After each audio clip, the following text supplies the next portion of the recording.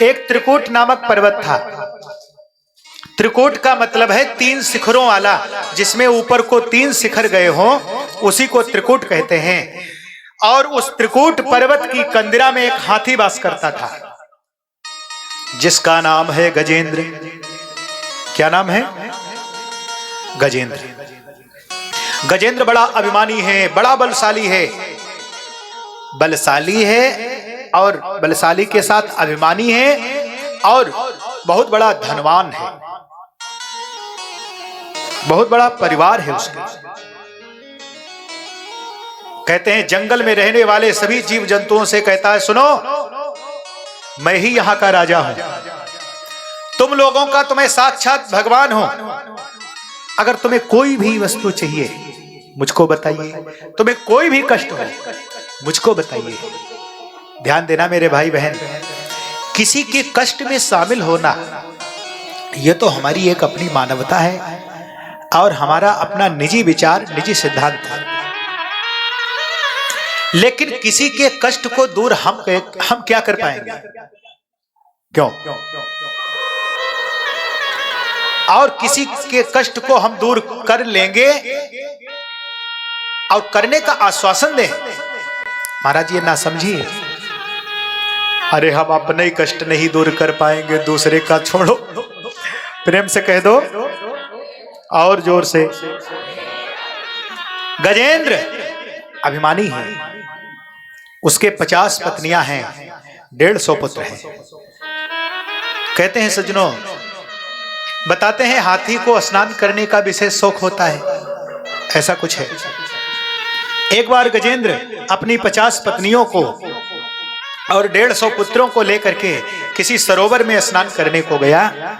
कहते हैं वहां पर किसी विशाल ग्राह ने गजेंद्र के पैर को पकड़ लिया।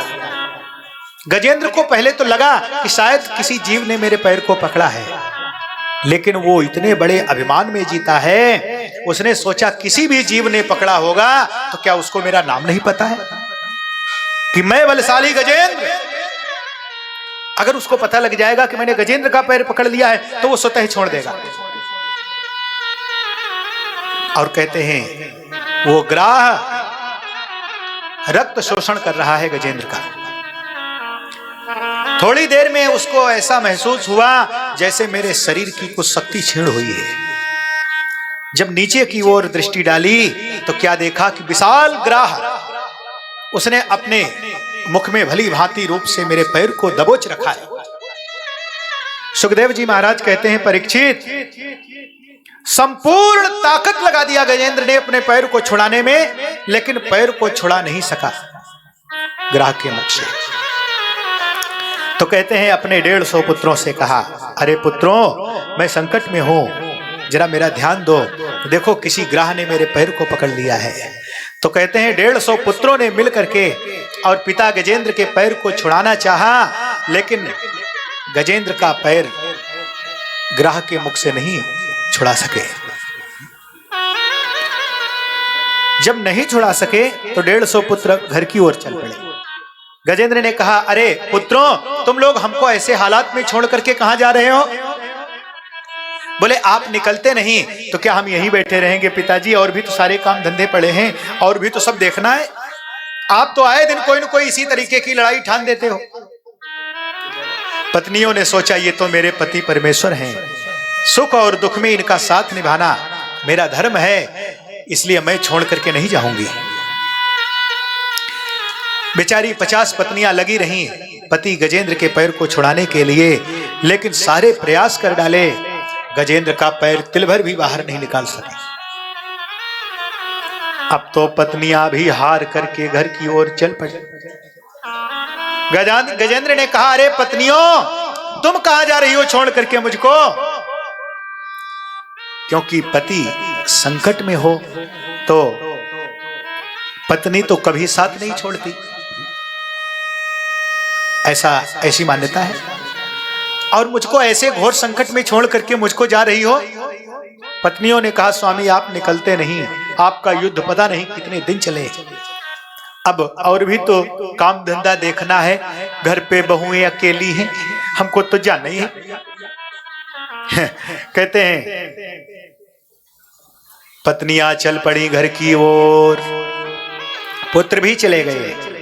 गजेंद्र ने कहा, मैं कैसा पागल हूं, इन संसार के लोगों से मदद मांग रहा हूं।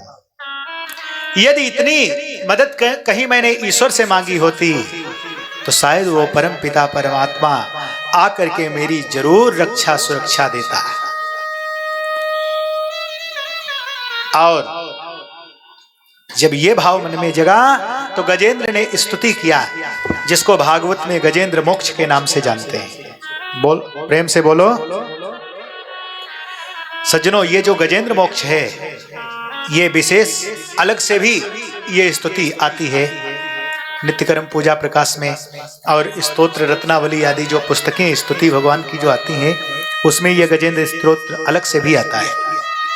कहते हैं जिसके जीवन में शत्रु ज्यादा हो, जिससे विरोध मानने वाले समाज में ज्यादा हो, उसको ये गजेंद्र स्तोत्र का पाठ करना चाहिए, गजेंद्र मोक्ष का। और गजेंद्र ने स्तुति किया। अब ध्यान देना सज्जनों, स्तुति कैसे किया। एवं व्यवसितो बुद्ध्या समाधाय मनोहृदि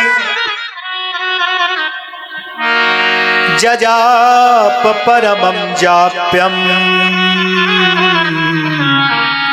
प्राग जनमान्यनुसेक्षितम्। गजेंद्र ने स्तुति किया, जिसने जगत को बनाया है वो आए मेरी रक्षा करे, जो जगत का पालनहार है वो आए मेरी रक्षा करे, जो जगत का संहार कारक है वो आए मेरी रक्षा करे। आहा। अब ध्यान देना सज्जनों, इस स्तुति में किसी का गजेंद्र ने नाम नहीं लिया।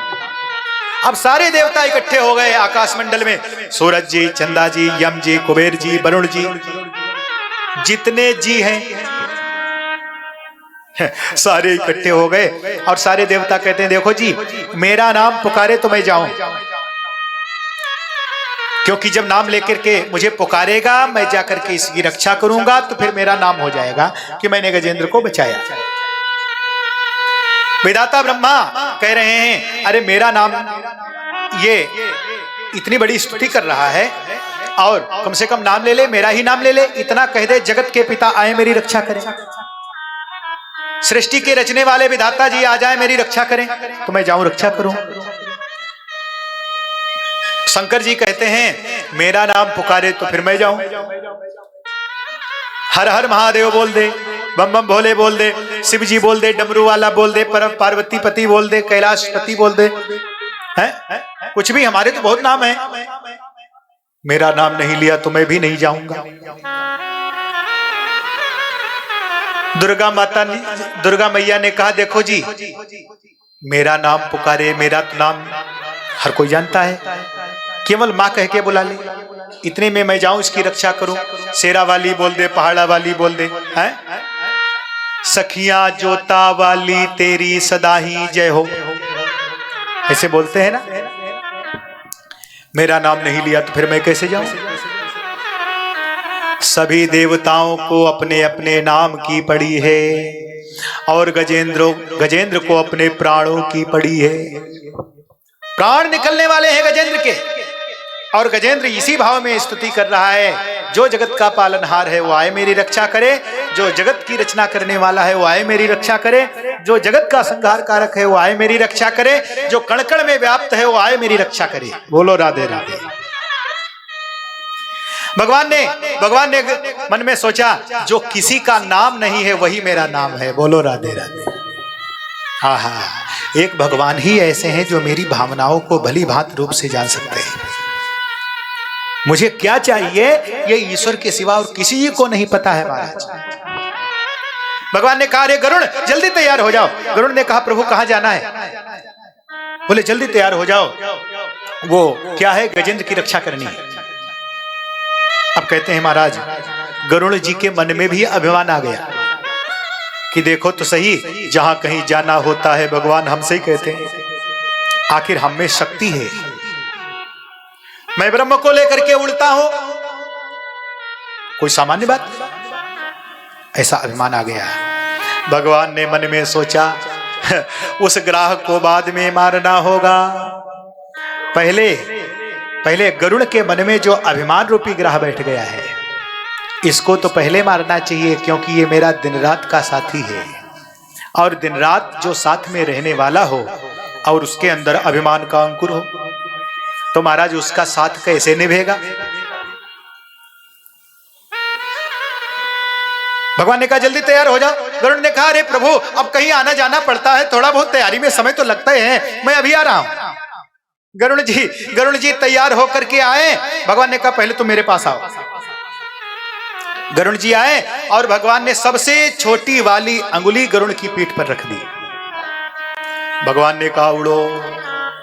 अब गरुड़ जी उड़ने लगे। सुखदेव जी महाराज कहते हैं परीक्षित, गरुड़ ने कहा प्रभु आज तो आप मजाक के मूड में लग रहे हैं, आप बैठेंगे तभी तो उड़ेंगे। भगवान ने कहा नहीं नहीं, आज तुम केवल मेरी इस अंगुली को ही उड़ा के दिखाओ। उड़ते उड़ते उड़ते उड़ते गरुड़ पसीने पसीने हो गए और परमात्मा की अंगुली को तिल भर भी नहीं खिसका सके।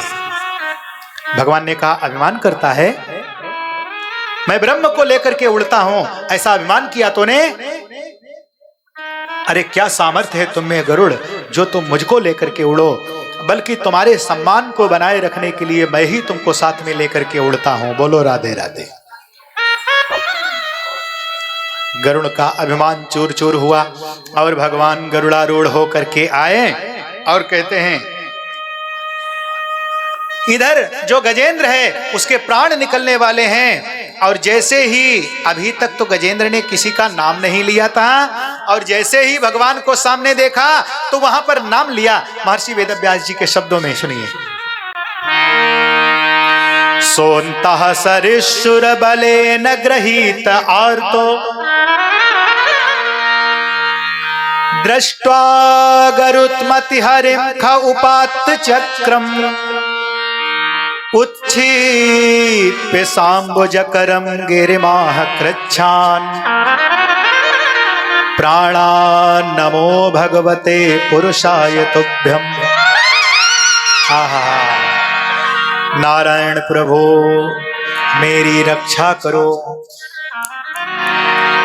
जब सामने भगवान आ गए, जब जाके नाम लिया और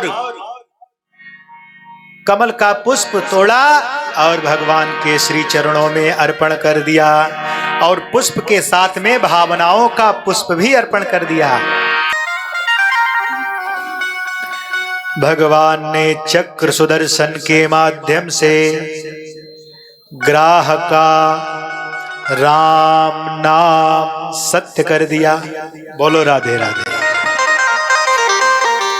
ग्राह को मार दिया और गजेंद्र को बचा लिया। सुखदेव जी महाराज कहते हैं परीक्षित, दोनों को भगवान ने मुक्ति दे दिया। बोले कैसे? बोले भगवान के हाथों से मर जाने में भी मुक्ति है, और भगवान के हाथों से बचे रहने से भी मुक्ति है। भगवान की हम भक्ति कर लें जब भी मुक्ति है, और भगवान से दुश्मनी कर लें जब भी मुक्ति। क्यों? भगवान की तपस्या कर लें जब भी मुक्ति है, और भगवान का धोखाधड़ी से नाम ले लें जब भी मुक्ति। यानी कि भगवान के नेटवर्क में जाने के बाद परीक्षित हर प्रकार से मुक्ति ही मुक्ति है। बोलो राधे राधे। प्रेम से कह दो